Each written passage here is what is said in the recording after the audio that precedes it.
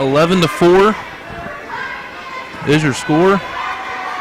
I like what Duncan did there. He got Hedger and Woodrum both out of the game before they committed another foul due to just not having their head total in the game.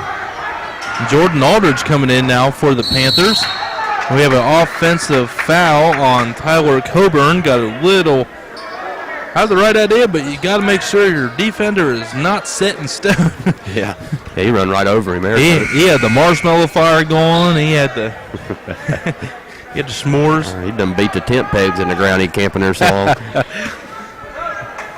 He got the permanent residence at the campground. Bad. That was bad. Anyway, back here to the other action. To escape myself here from further embarrassment, we have offensive foul this time.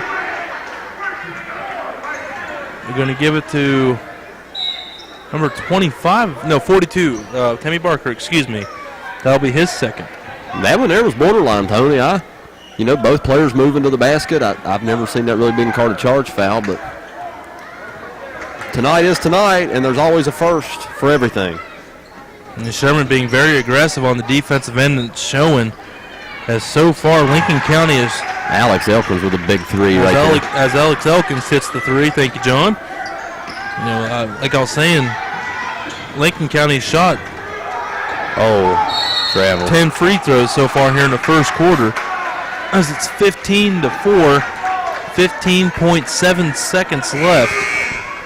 The best my eyes can see.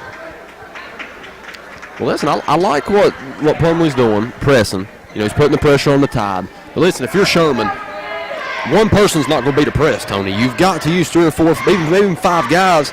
Not a lot of team effort trying to break the press tonight for the Tide. They're going to need to break the press, do something, anything different from what they're doing as it continues. It's starting to get a little errant and out of control now. Well, not out of control. Well, just getting a little farther and farther away now for the Tide. As you heard the end of the first quarter come to a close, makes your score 18-4. Sherman, I may not be the smartest of men in basketball, but they're going to have to do more than 4 points a quarter if they want to have any chance at this one. Yeah, they got to get the ball across half court, Tony, try scoring points. The 4 or 5 times they had it down there was good passes from the guards on cuts to the lane. Great call on Lincoln County's part. Way to play defense. Stepped right into the passing lane, was able to take the pass away. I'd like to see the Tide go a little more basic here, Tony. Let's not do the around the back pass. Let's do the simple bounce pass and score the 2 points, rather than maybe for the old timers would say hot dog it. This reminds me of Jim Daddy'sman, the man that taught me how to do that. It's he always had the caroms and the hot dog, and it just brought up good memories. That's all. That taught you what? How to behind the back pass? No, just the word, the determinism of. Okay, the terminology. As an old timer. Yeah. Okay. My fault. That's all right, man. I got to catch up. I got to lay that out there a little more. 18-4 though, end of the first. Sherman getting their lone 2 baskets off Timmy Barker and Blake Hedger, but like I said just a few minutes ago, Lincoln County's made a killing at the free throw line as they have been shot 10 times so far, and they're 7 of 10 from the line. So there's your chance. Another steal. Sherman losing another one. Billy Queen over to Cody Williamson. Hunter Lambert. Go to the right-hand side to Zach Christ. Christ going to go in, the big man with the George Gervin-style finger roll, and it goes through. And then here Sherman goes. We got them type of passes. And now Chris is going to get no assist as Williamson missed the wide-open bunny. Now Aaron Barker is going to go up the flame, but he can't finish the pass from Justin Woodrum. That was a nice pass by Woodrum. Nice pass by Woodrum. Found the open man cutting, and Chris losing control, but getting out to Hunter Lambert. Launches 3, no good. Rebound goes to Aaron Barker, and that's his special. He loves the rebound and second chance opportunities on the offensive end. Yeah, he's going to have to do a little more of that too, Tony. Already this lead surmounting. I look for these 3 seniors that we talked about in the season preview, Tony. This is the time that you take your team on your back and you say, we're not going to fall apart. We're going to stay together and we're going to keep chipping away at this, and it's a 4-quarter game. What I always told my teammates was, look, if we're down 18-4 after the first, there's no reason we can't outscore them 18-4 in the second. Good pass. And that's how you get it them going. Justin Woodrum with his first three-pointer of the night for the Sherman Tide. And 20-7 is now your score. Zach Christ in the corner over to Billy Queen. He's going to go into the lane. Fired up, no good. He had the lane and he made the right move, just couldn't finish as Timmy Barker gives it over to Justin Woodrum. 3 up, but no good by Blake Hedger. Barker with the rebound. He's going to cut to the paint, and he's going to get fouled by Billy Queen there. Oh, we're going to get with a travel. Ooh, stepped through there a little too hard, I guess. Yeah, it could have been a jump ball, a foul, anything but Tony, but a walk. And now we have Nathan Cremens and Jordan Aldridge coming back on for Lincoln County, coming in for Cody Blankenship and Zach Christ. Cremens, as some may know, is as Coach Plumlee would say, the future of should be one of the big parts of the future of Lincoln County basketball. Only a sophomore, 6'5". Just started seeing varsity action recently as Alex Elkins missed the shot, no good. And we're going to give the foul to number 12, Jordan Aldridge, as he went over the back and came in hot and heavy there on the loose ball. Yeah, got a little excited. Then, just come off the bench, got fresh legs, trying to jump in there and make a play. We like your effort, young man. He looks to be not even sweaty from the JV game. He's a starter on the JV squad. He's ready to go. Now Blake Hedge is going to get the fast break, and he's going to go with it and score as he gets the seal of approval from the Sherman faithful. 20-9 is now your score. Lincoln County by 11. 5:30 remaining here in the first half of action. We're going to give Blake Hedger with the foul. That'll be his second. Start shooting 1-on-1, Tony. And that's not going to help the Tide out, being in the bonus with 5.5 minutes remaining when you're down by double digits, and it's a high school game, and points are, have been hard to come by for Sherman. In the last couple possessions, it seems like they're getting on the right track. At least, they got the ball across half court and had a couple open shots. Woodrum hit a 3. And Lincoln County keeps missing buckets around, they keep missing these shots around the bucket, I should say. They're going to fall into the same situation they did against Spring Valley, Tony. We all saw how that worked out. It worked out great for Spring Valley. And Eli Parker, who got player of the game, Corey Maynard, got his first coaching win in the MSAC on the season. Now they're 3-1, and you got to wonder if that catapulted Spring Valley season. Yeah. Eli, he's had a couple good games since then. We've read about him in the paper. A couple 20-point nights. As Hunter Lambert connects on both.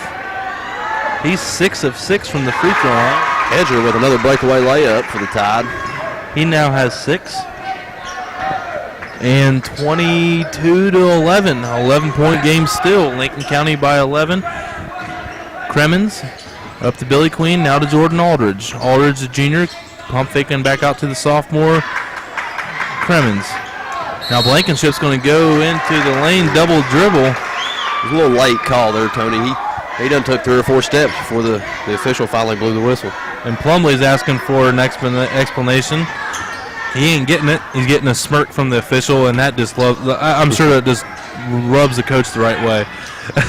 Here on the other end, Blake Hedger not able to come up with the rebound off the missed shot.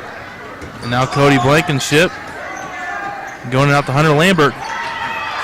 Finds an open up there on the elbow, and he buries it for his first shot of the game, but he still has 8. 6 of 6 from the line is Lambert. Now B.D. Banks here on the other end fires up the shot, no good. And the rebound goes to Lincoln County. 27-11 is your score. 24-11, excuse me. As Blankenship gets the ball stolen away from Carlos Masingo. And Justin Woodrum gets the ball now over into Hedger. Now Timmy Barker is going to go to the paint. Nice move by Mr. Barker getting up to the rim there. He now has 4. Yeah, they got to do more of that, Tony. It's got to start with Woodrum breaking the press off these good passes. Hedger, Barker fill the lanes. Yeah, I like what they're doing. They're able to break this press that the Panthers, there we go, have put on. It's been like your kryptonite tonight. I'm telling you. Jordan Aldridge getting the offensive rebound, but he's going to step on the baseline by accident. Being guarded there closely by B.D. Banks. Now Cody Blankenship and Jordan Aldridge are going to come out. Levi Terlikowski, Billy Queen, Cremens, Aldridge will stay in with Queen, Lambert, Terlikowski, and Cremens. And Sherman does a good job of breaking the press there on that one. The ball is on the floor as both players are rattling all around. Terlikowski and Blake Hedger were going toe-to-toe for it. And Lincoln County wins the jump ball. And Billy Queen's going to take it out to our far, far left. If you haven't noticed, folks, and I'm sorry we didn't tell you, Lincoln County is wearing the all-black uniforms with the blue, not all-black, black main color, white lettering. And Sherman's wearing your white with the gold lettering on your screen. We are here at Sherman Tide. Over in Big Coal Country, 3:40 and counting. 24-13 is your score, and Terlikowski's going to come down, hoist up a quick jumper, and bury it. His first basket of the game. Here goes the Tide. They just continue to run. High off the glass. Hedger. Blake Hedger with 3 baskets, all layups here, and he had a chance for another one. But he has 8 right now. 26-15 is your score. As Jordan Alder's going to take a nice hoop, nice drive to the hoop there. Yeah, he knew to get a shot off because he's coming out of the game because the press was broke on his side. Plumlee, yeah, he knew to shoot right there, Tony. And Alder's going to come out, as John alluded to. No, Billy Queen's going to come out. I like Plumlee. He's throwing his boys out there, you know. This is a good time for them to build down the road, Tony. You know, these are valuable minutes. I was going to talk to you about that here later, but I guess as good as time now as any. Nice pass. Mansingo with the assist, down low to Timmy Barker. He's going to go up with it. Well, I mean, it's still a game, but if Lincoln County would happen to get ahead or something like that, you want your players to get them valuable minutes because you never know when you're going to need them in a real important game against maybe like a Huntington or something like that. Exactly. When they're down the stretch, they're going to be in it, and they're going to need to play off the bench. You're exactly right, Tony. It's, you know, you don't want to look at them as scrap minutes if you're sitting on the bench. You want to look at them as, man, this is time for me to get better minutes.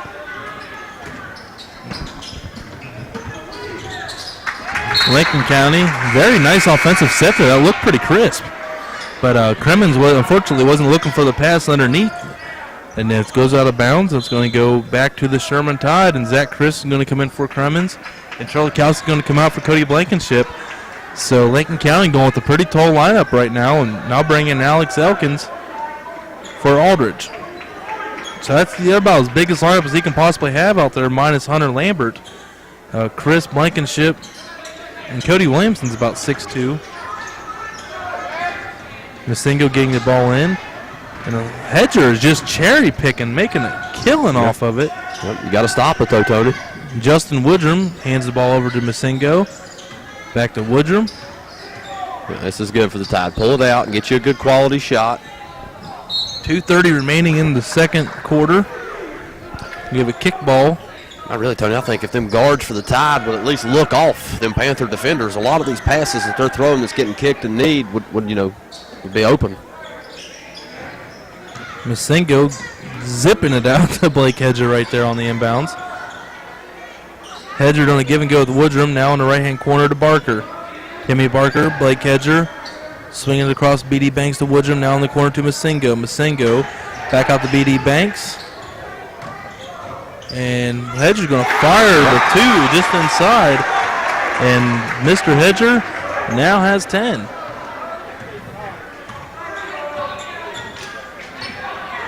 And 20-19 is the score. 28-19 is the score I got. Now it's 30-19 as Cody Williamson connects on the 2. Good pass, Woodrum. Hedger with another open bucket, Tony. That was a jumper.